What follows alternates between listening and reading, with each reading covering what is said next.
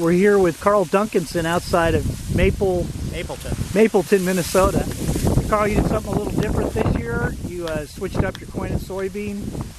Well, we did. We've been 20-inch corn and beans, and we went to 30-inch corn this year.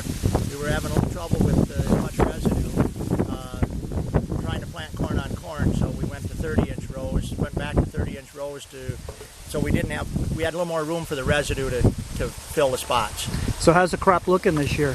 Well, it looked really good to start with. We got a real good early start, and like everybody else, the weather's been tough, but we haven't been hit near as hard as a lot of other people. We've got a good half to 2/3 of crop, which we might consider a crop failure, but when somebody doesn't get any crop, that's a crop failure. So we better be careful how much we can plant. Yeah. So what kind of yield do you think you're going to get? Somewhere in 150, maybe 160 if we're lucky, and maybe a little better than that, maybe, but could be a little less too, depending on how things close out. And then how about on the soybeans?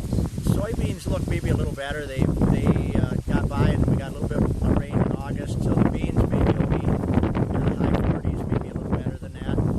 We're hoping for more, but I'm always the eternal optimist. So you can only go 1 year with soybeans, and you need to replace them with corn? Well, yeah, it's hard to go. It's easier to go corn on corn than it is beans on beans. Beans on beans, we have too many diseases and problems that pop up. Where corn on corn is a little bit easier to do. So you made some good moves in terms of hedging your bets on this year's crop? Well, not necessarily, but yes, at least it wasn't all sold at the price this early spring, and that we thought actually was going to be a pretty good price. Actually, I assumed we were going to buy $4 corn, $4.50 corn this fall, and we're a far cry from that now. Hey, thanks a lot, Karl. Thank you.